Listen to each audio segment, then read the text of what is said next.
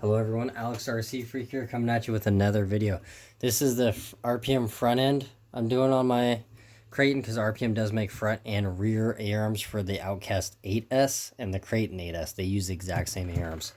So that being said, let's jump to the back.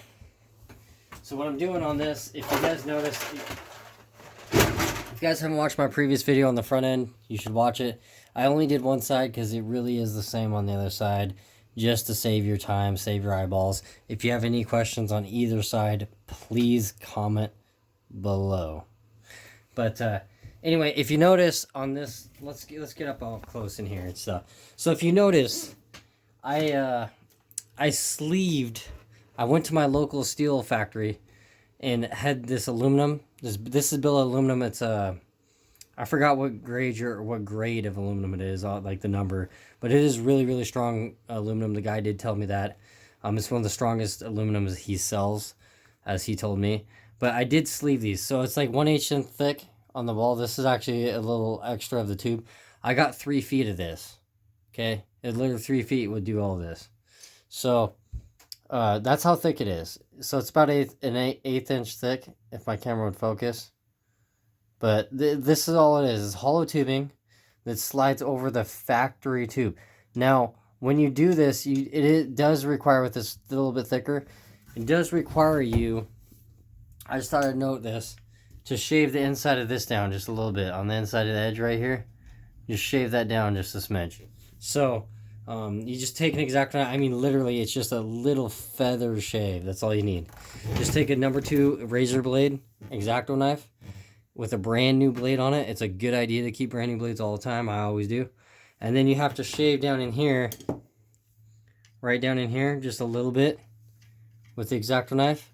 And then there's a bolt screw hole. There's a screw hole right down. You can't really see it. It's right there. It's hard to see, but you shave that plastic down just a smidge. It is a tight fit. You could shave this down a little bit, the aluminum on the very bottom there. But I want to keep full rigidity, so I just shave down the plastic, which won't hurt it. I mean, literally, I'm just talking like a thousandth of an inch, like a 16th of an inch, if that, and not even that. So literally just very minor. And then slide this pin in, and you're good to go. With these pins in.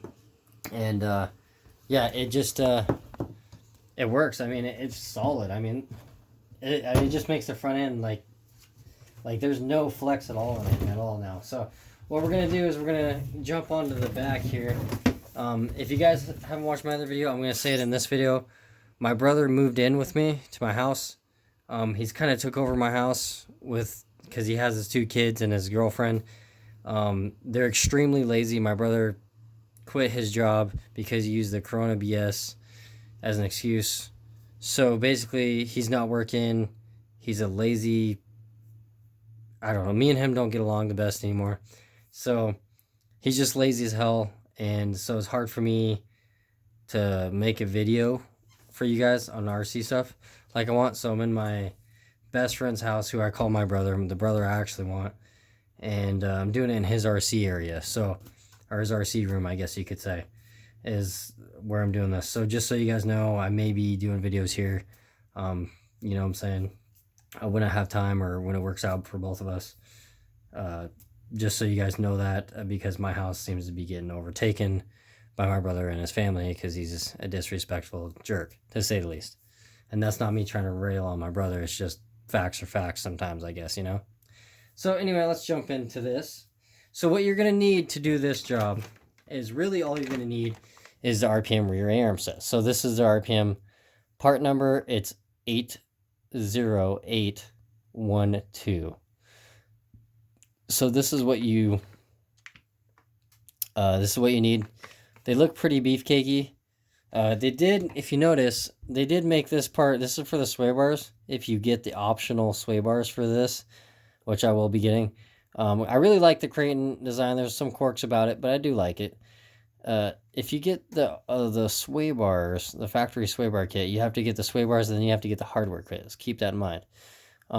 They do look beefy. They made this very thick, though, compared to where the shock goes, which is right here. This is where the shock mounts. And I don't know why they couldn't just bring this little ridge right here And they probably did this to save material, but they could have brought this over a little bit thicker. Later on, I'll do a video of like an overview, and then I'll do a review video. It is wintertime where I'm at, so it's very cold. You know what I'm saying? Snowy and all that stuff. So I don't, as you know me, I spend a lot of money on my RCs. I do not drive them in the snow or stuff like that, or water. I will not do it if it's watery. I don't like to do it.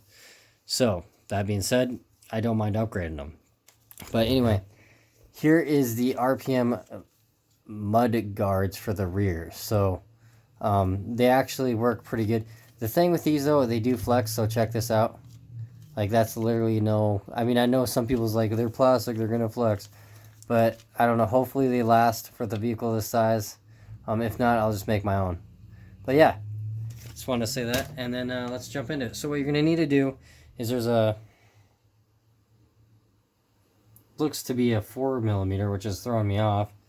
I don't think it is. I hope it's not. No, it's a 3mm. Okay, I don't know why I thought that was a 4mm. But there's a 3mm bolt right here. If you look, let's get you up in the light there.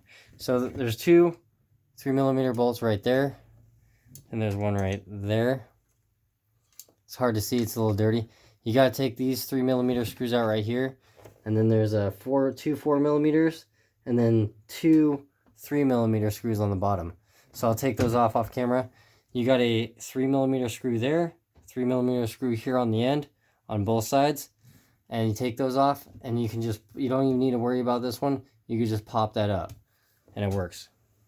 So I'm going to do all that off camera real quick, and then these arms, or this arm should slide right out. Note, though, sorry, it's a little bit late, and I've just came back from work. Do not loosen these. You don't need to. I don't know why I don't know why I said that. Strike that. Just saying. So just loosen the two lower ones, these bolts, and then you're good. So don't even worry about these. Forget I even said that. Made a mistake. Okay, so then you got the pins. And what I do is you have them in there. I just take wire cutters and I just grab them and pull them out. That's how easy it is. So stick those aside. And then you just wiggle the arm and it should come all right on out. You got the arm out. The arm out.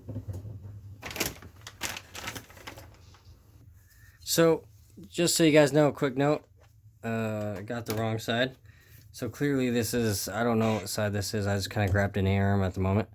But basically, you just stick these mud guards on like so. Oh, sorry, you guys can see that. You just stick them on like so. The hole's right there with the supplied screws for the mud guard. You just plop them on like that, just right in there like that. That's how they sit on there. So I'm going to do that real quick. Alright, so I put these on. They are 2mm screws. So it comes with them. When you get the mud guards, it comes with screws for the arms. Now, these are a 3mm flat washer, silver flat washer. So, yeah, I use washers just to secure this a little better because I feel like the heads on these are a little bit small.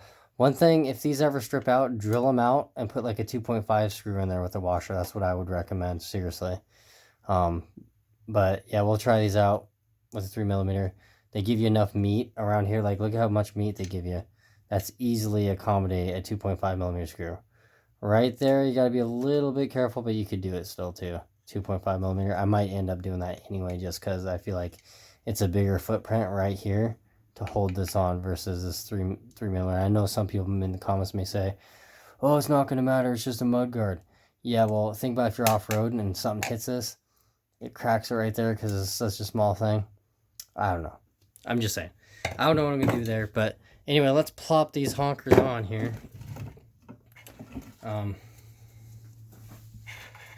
So basically, my truck's a little dirty from last time because I have not cleaned it yet. And that's my bad.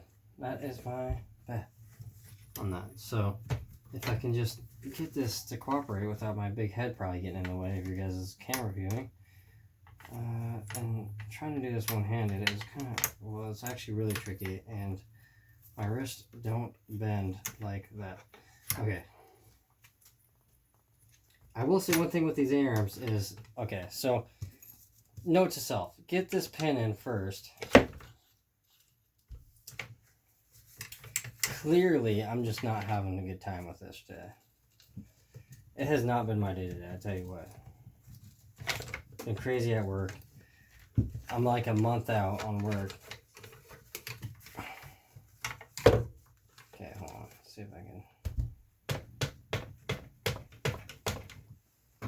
if I can tap this in here. So I just use this.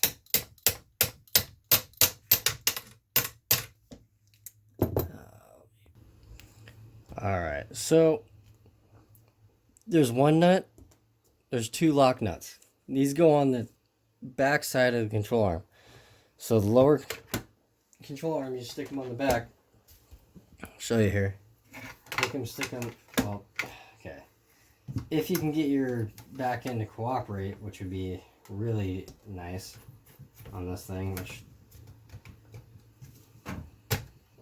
One thing is they do fit snug, so I'm going to take this and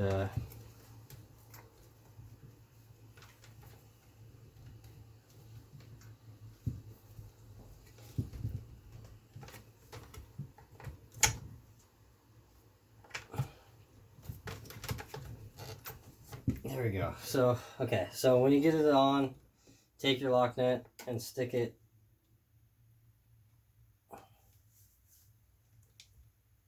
in the back of the control arm. And you press that thing all the way through. You can grab your 3.0.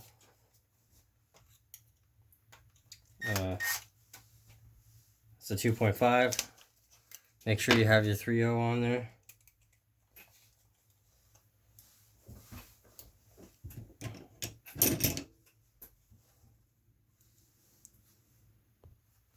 So basically you screw it in, it's all snug. Now the fun part, make sure your axle's in the groove there. This is going to be the fun part, getting your shock mounted. So this is where it's going to be a little bit of struggle. So I'll show you kind of what I'm doing. I kind of get it up, lined up, and I kind of try to, or you can go like this and try to get the tip of the shock square at the end. And try to push down on the suspension, and that didn't really work like I thought it would. I'm gonna have to do that off camera. Okay, so one thing to note with RPM, they do. Let me get this in there and let me zoom. So they do fix the slop problem. Like the back end hardly has any slop at all, just enough for the suspension to function properly. I do appreciate that from RPM. This tightness right here, this gap, you got to get a flathead screwdriver, about a 1/4 inch, and get on there and just tap. Like I used this.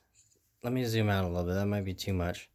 So I basically just did this on the steel ball end, hollow ball on the rod end of the shock, and just tap, tap, tap. I went back here, tap, tap, tap, tap, and that's how I did it. And I worked it in. You know what I'm saying? And just back and forth, and finally popped down. And then I used one of these to kind of stick in there and grab it and pull it down. And that's how I did it. So, with that being said, that's how you do it. I'm going to do this other side right there. Off camera, because it is kind of a pain to get everything lined up. But yeah. So, these are 2.5 millimeter screws. Top and bottom, there's two. But yeah, that's pretty much all you need to do. Make sure there's a lock nut. There's a lock nut on the end here. I'll show you. So lock nut right in there. Make sure you put that in the arm. You got that done. And then that's basically how you put the back end together. So I'm going to do this side, and then I'm going to put the bumper on, and voila, you're done. It's actually really easy for the back, super easy. But with that being said, Alex RC Freak out. Peace.